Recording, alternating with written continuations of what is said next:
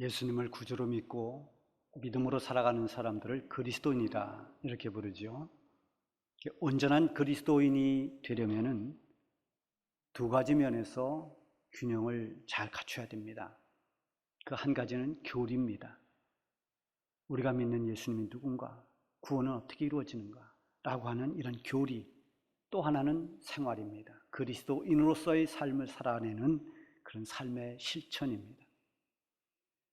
우리 그리스도인들을 믿음의 경주자로 볼 때 달리기 선수로 비유해 본다면 교리는 하나의 룰입니다.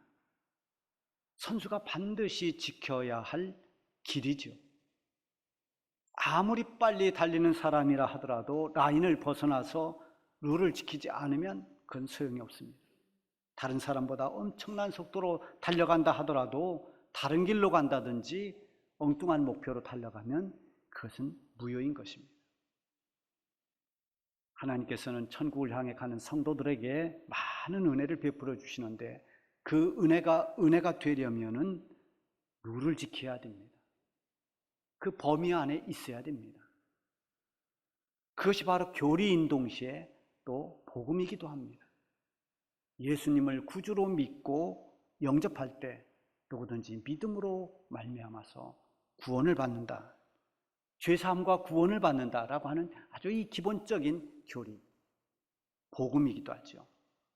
갈라디아 교회가 사도 바울이 복음을 전해서 복음으로 잘 성장해 갔는데 시간이 지나면서 이 율법주의자들이 들어오면서 거짓 교사가 돼서 성도들을 많이 혼란하게 만들었습니다.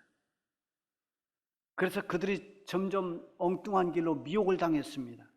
바울은 그것을 안타까워하면서 갈라디아서 3장 1절에 보면은 어리석도다 갈라디아 사람들아, 예수 그리스도께서 십자가에 못 박힌 것이 너희 눈앞에 밝히 보이거늘 누가 너희를 꾀더냐. 정말 안타까운 마음으로 책망하고 있는 거죠. 누가 너희를 꾀었길래 예수 그리스도께서 십자가에 못 박힌 것이 눈앞에 밝히 보이는데도 불구하고 너희가 엉뚱한 길로 가고 있느냐. 갈라디아서 1장 7절에 보면은 다른 복음은 없나니 다만 어떤 사람들이 너희를 교란하여 그리스도의 복음을 변하게 하려 함이라.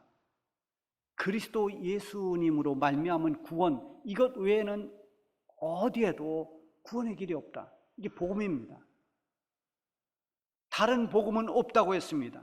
믿음의 주가 되신 예수 그리스도를 바로 알고 바로 믿어야 하는데 이것이 바로 교리에 해당되는 것입니다. 그리고 이 교리와 함께 또 하나 중요한 것은 이제 실천입니다. 신앙생활, 예수님을 믿고 그리스도인이 되었는데도 믿음의 실천이 없다고 한다면 그것은 마치 달리기 선수가 이제 달려야 할 출발선에 서기는 했는데 뛰어가지 않는 것입니다. 가다가 여기저기 기웃거리거나 또 갔던 길을 되돌아오거나 이렇게 하는 거죠. 우리 그리스도인들은 믿음의 경주자들입니다. 그리스도인의 삶을 실천하면서 살아야 됩니다. 오늘 본문의 그런 차원에서 그리스도인들이 살아가는 신앙생활, 삶에 있어서 실천해야 할 중요한 세 가지를 말씀하고 있습니다. 그 첫 번째는 서로 짐을 지라 하는 것입니다. 2절에 보면 너희는 짐을 서로 지라 그리하여 그리스도의 법을 성취하라. 짐을 지려고 하면은 이건 공동체 의식이 있어야 됩니다. 가족 공동체, 사회 공동체, 국가 공동체. 그래서 가족 공동체라는 이 공동체 의식이 있을 때 가족 중에 누가 어떤 짐을 져야 할 때 그 짐을 함께 나눕니다. 한 사람의 아픔이 그 가족의 어떤 한 사람의 아픔이 아니라 온 가족의 아픔이 됩니다. 같이 짐을 나누는 것입니다. 사회 공동체도 마찬가지고 국가 공동체도 마찬가지입니다. 이런 공동체 의식이 있을 때 짐을 서로 질 수 있습니다. 이번에 팔레스틴 무장정파인 하마스가 갑자기 이스라엘을 공격해서 지금 이스라엘의 전쟁을 선포 중에 있습니다. 전쟁을 하고 있습니다. 외지에서 살고 있는 많은 이스라엘 젊은이나 또 많은 사람들이 고국이 전쟁이 일어났으니까 고국으로 돌아가겠다고 하는 그런 사람들을 인터뷰하는 것을 보았습니다. 이것이 국가가 위기에 처했을 때 짐을 지려고 하는 이 공동체 의식입니다. 특히 교회 공동체는 하나님의 부름을 받은 믿음의 사람들이 모인 아주 중요한 신앙 공동체입니다. 사회 공동체나 국가 공동체와는 달리 우리 교회 공동체는 하나님의 뜻을 따르는 하나님의 자녀들이 모인 공동체입니다. 그래서 모든 것이 어디를 목표로 하고 무엇을 추구하는가 하면 하나님의 뜻을 따라가고 하나님의 뜻을 이루는 것이 목표가 됩니다. 그래서 교회 공동체는 사회법이나 이 세상의 가치가 기준이 될 수가 없습니다. 언제나 하나님의 말씀인 성경이 교회 공동체의 기준이 됩니다. 하나님의 백성이고 하나님의 자녀이기 때문에 하나님의 법도와 하나님의 말씀을 따르는 것은 아주 지극히 당연한 것입니다. 교회 공동체는 예수님을 믿고 구원받은 그런 성도들의 공동체이긴 합니다만, 그렇다고 해서 교회 공동체에 완벽한 사람들만 있느냐? 전혀 그렇지 않습니다. 여러분, 우리 한 사람 한 사람 자기 자신을 생각해 보면 알 수가 있겠죠. 과연 나는 완벽한 사람인가? 완전한 사람인가? 그렇지 않습니다. 성도라 할지라도 여전히 부족하고 허물이 많은 사람들입니다. 끊임없이 하나님을 의지해야 되고 하나님의 도움을 받아야 하는 그런 아주 연약한 존재들입니다.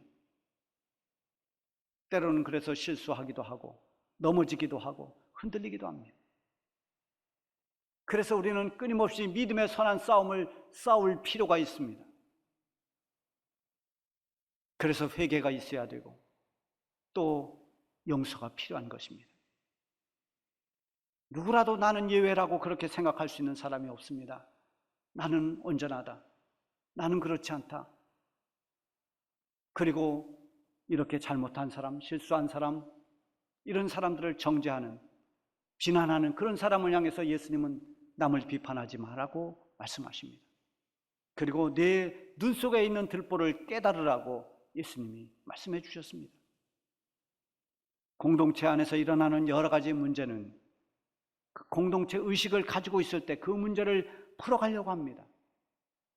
어려운 문제, 여러 가지 그런 복잡한 문제라 할지라도 그것을 함께 풀어가는 것이 짐을 나누는 것입니다. 그런 의미에서 범죄한 형제에게 관해서 어떻게 할 것인지를 1절에서 말씀하고 있습니다. 형제들아, 사람이 만일 무슨 범죄한 일이 드러나거든 신령한 너희는 온유한 심령으로 그러한 자를 바로잡고 너 자신을 살펴보아 너도 시험을 받을까 두려워하라. 여러분, 잘못한 사람을 바로잡아 준다는 것, 이게 얼마나 어려운 일입니까?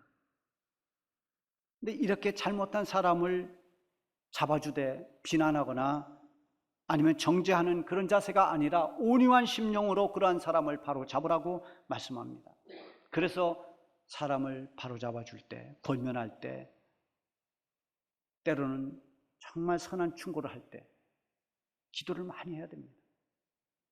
그렇지 않으면 자칫 감정으로 또는 정죄하는 마음으로 비난하는 마음으로 그렇게 했다가는 오히려 부작용이 일어납니다.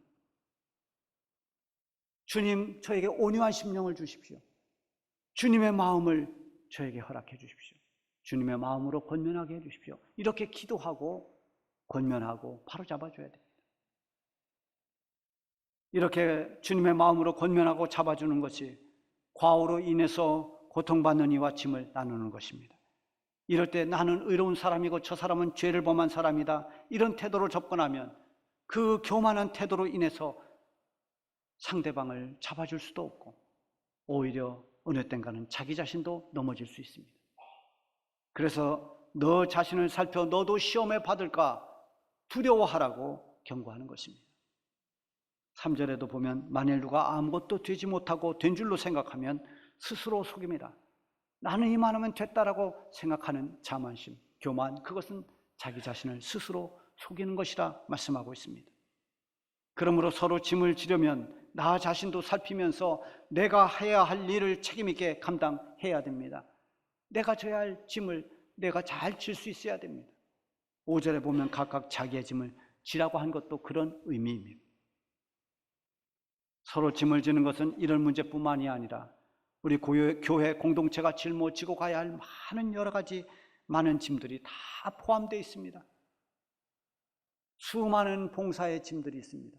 감당해야 되는, 교회로서 감당해야 할 많은 봉사의 짐들 또는 물질의 짐, 이 모든 것은 서로가 감당해야 될 일들입니다. 만일 아무도 봉사하지 않고 모두가 다 구경꾼이 되고 관람객이 된다면 과연 교회는 어떻게 유지가 되겠습니까? 물론 그렇게 되지는 않습니다. 하나님께서 다 적절한 일꾼들을 세워서 일할 수 있도록 하나님 섭리하시고 또 역사하시지만, 그래도 만약에 교회 학교에 교사가 아무도 없고 찬양대에 찬양부를 아무런 대원이 없고 주방에 아무도 봉사하는 사람이 없고 주차장에 수고하는 사람이 아무도 없다면, 그렇게 아무도 짐을 지지 않으려고 한다면 과연 교회가 될 수 있겠습니까? 물질도 마찬가지입니다. 아무도 헌금하는 사람이 없다면 교회는 아무 일도 하지 못할 것입니다. 지금 우리가 이렇게 쾌적한 예배당과 교회 학교 시설, 이런 모든 아름다운 예배당을 건축하고 갖출 수 있었던 것도 서로 짐을 질 때 이루어지는 일들입니다. 오늘이 교회 사랑 실천 주일입니다. 이 취지가 바로 그런 데서 나왔습니다. 우리 교회의 건축은 완성됐지만 아직 남아있는 여러 가지 재정적 짐을 교회를 사랑하는 마음으로 우리 모두가 조금씩 나누어 지자는 것입니다. 2절에 너희가 짐을 서로 지라 그리하여 그리스도의 법을 성취하라. 여러분, 우리 교회 공동체의 가벼운 짐, 무거운 짐, 또 아픔의 짐, 이런 모든 짐들을 선한 부담으로 우리 서로 나눠질 수 있기를 바랍니다. 두 번째는 함께 하라는 것입니다. 6절에 보면 가르침을 받는 자는 말씀을 가르치는 자와 모든 좋은 것을 함께 하라. 교회 공동체는 아주 특수한 것이 말씀을 가르치고 전한다는 것입니다. 말씀을 가르치는 자들이 있고 말씀을 듣고 받는 자들이 있습니다. 여기서 말씀이라고 하는 것은 당연히 하나님의 말씀인 성경 말씀입니다. 하나님의 말씀은 일반 지식과는 전혀 다릅니다. 이 말씀은 영적인 문제와 직결되어 있습니다. 말씀을 잘못 가르치면 마치 음식을 잘못 먹은 것처럼, 그래서 배탈이 나고 또 병이 나고 심지어 목숨을 잃기도 하는 것처럼, 말씀이 잘못 전달되고 말씀을 잘못 받으면 영적인 부작용이 생기게 됩니다. 이러한 일들이 일어나는 곳이 이단 사이비 집단들입니다. 말씀을 가르치는 일이 영혼의 문제를 다루는 것이기에 그만큼 중요한 것입니다. 말씀을 전하고 가르치는 일은 목양 사역에 있어서도 정말 가장 큰 비중을 차지할 정도로 그렇게 집중이 필요한 것입니다. 그래서 말씀을 올바르게 가르치고 말씀을 받는 성도들은 그것을 잘 받아서 자기의 영의 양식으로 삼아야 됩니다. 그 양식이 우리의 영혼을 건강하게 만들고 힘을 나게 하고 그 힘으로 세상을 넉넉히 이기며 나가는 이런 일들이 일어나야 되는 것입니다. 이렇게 말씀을 가르치고 받는 일에 만일 장애물이 있으면 안 됩니다. 좋은 관계가 되어야만 합니다. 만약에 말씀을 전하는 제가 여러 성도들에게 섭섭하고 화가 나고 불만으로 가득 차 있다면 전하는 말씀 속에 독이 들어갑니다. 그래서 속된 표현으로 하면 치는 설교, 까는 설교, 그렇게 말하죠. 이 설교 속에 뭔가 독이 있습니다. 성도들이 그걸 먹고 영이 자라야 되는데, 기쁨이 있고 성령의 역사가 일어나야 되는데 오히려 부작용이 일어납니다. 반대로 여러분이 저에게 어떤 미움이나 분노나 원망이 저에게 있다면 저를 통해서 나오는 하나님의 말씀이 전혀 은혜가 될 수가 없습니다. 어떤 말씀을 전해도 거부감이 먼저 들어갑니다. 마음이 닫혀버립니다. 영의 양식을, 꿀을 먹을 수가 없습니다. 영이 살찔 수도 없습니다. 영적으로 건강해질 수가 없습니다. 그런 차원에서 말씀을 가르치는 자와 받는 자는 좋은 관계가 되어야 됩니다. 힘들고 어려울 때도 서로 기도를 요청하면서 고난의 무게를 함께 하기도 하지만 모든 좋은 것도 함께 하라고 말씀하고 있습니다. 함께하면 고난은 덜어지고 함께하면 기쁨은 더 커지는 것입니다. 교회는 함께하는 공동체입니다. 주 안에서 우리 모두가 함께 할 때 놀라운 기적들이 일어납니다. 성도와 성도들이 함께하고, 우리 목회자와 또 우리 성도들이 함께하고, 더 나아가서는 우리 주님과 함께할 때 주님의 놀라운 은혜와 능력이 크게 임하게 되는 것입니다. 끝으로는 포기하지 말고 꾸준히 하라는 것입니다. 9절에 보면 우리가 선을 행하되 낙심하지 말지니 포기하지 아니하면 때가 이름에 거두리라. 이 말씀에 앞서서 무엇을 심든지 그대로 거두리라는 이 말씀을, 진리의 말씀을 했습니다. 이것은 모든 게 다 적용되죠. 7절에 보면 스스로 속이지 말라. 하나님은 업신여김을 받지 아니하시나니 사람이 무엇으로 심든지 그대로 거두리라. 사람 관계에서도 마찬가지입니다. 남을 위로하고 격려하고 도와주면 언제가 자기도 위로를 받고 도움을 받습니다. 남을 아프게 하고 눈물 나게 만들면 언젠가는 자기도 피눈물 나는 그런 때가 옵니다. 남을 배려하고 칭찬하는 사람은 주변에서 칭찬합니다. 그러나 늘 남을 욕하고 비난하는 사람은 자기가 알지 못하지만 많은 사람들이 자기를 그렇게 욕하고 있다는 것을 알아야 됩니다.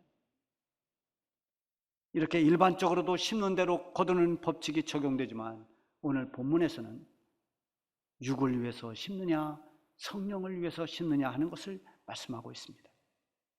즉 육체를 위해서 심는 자는 육체로부터 썩어질 것을 거둘 것이요 성령을 위해서 심는 자는 성령으로부터 영생을 거둔다고 했습니다. 이것은 쉽게 말하면 우리가 육신을 위해서 심는 것은, 육신을 위해서 뿌리는 모든 것은 다 육신과 함께 썩어지고 사라지고 만다는 겁니다. 그러나 영혼을 위해서 심는 것은 그렇게 사라지고 썩어질 것이 아니라 영생을 얻을 뿐만 아니라 영원한 상급과 영광이 있다는 것입니다. 영혼을 위해서 아무것도 뿌린 씨앗이 없고 심은 것이 없다면 하늘의 영광도 하늘의 상급도 영생도 바랄 수가 없습니다. 아무것도 심지 않고 열매를 바란다는 것은 스스로 속이는 어리석은 일입니다. 그러므로 언제나 우리는 영적인 것을 위해서 하나님이 원하시는 선을 행하며 살아야 됩니다. 하나님이 원하시는 선을 행하는 그 자체가 심는 것입니다. 뿌리는 것입니다.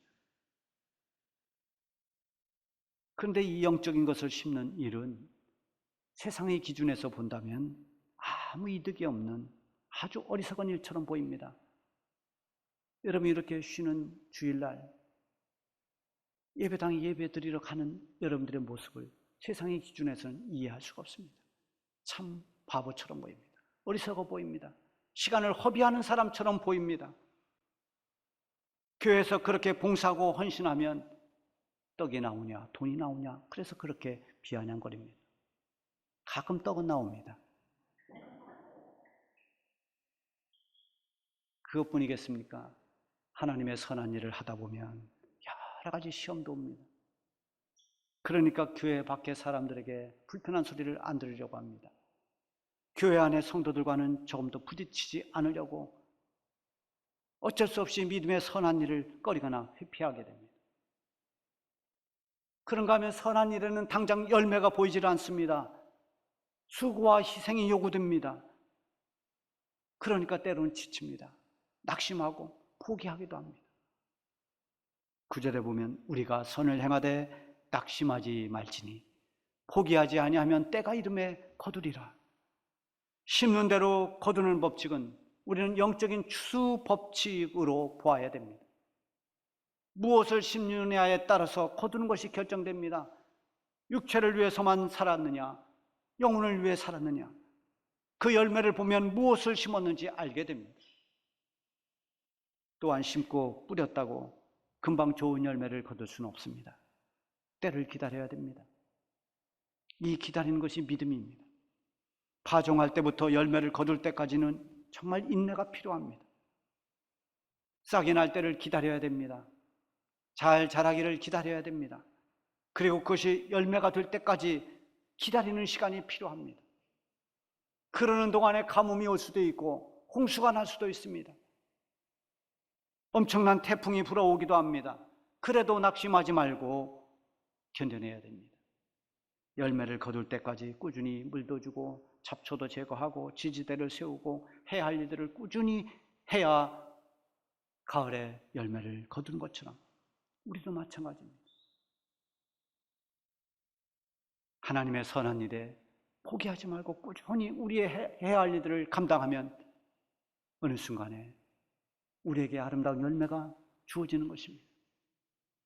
여러분, 우리는 모두가 하나님의 은혜로 부름을 받았고 구원받은 하나님의 자녀들입니다. 하나님의 백성입니다. 하나님의 교회 공동체에 우리는 지체들이요 동역자들입니다. 우리 서로 짐을 나누어 주십시다. 그리고 모든 좋은 것을 함께 하십시다. 선한 일에 절대로 포기하지 말고 꾸준히 인내하면서 우리에게 맡겨진 일을 잘 감당해 나가시길 바랍니다. 그러면 반드시 하나님께서 주시는 복되고 아름다운 열매를 풍성하게 거두게 될 것입니다.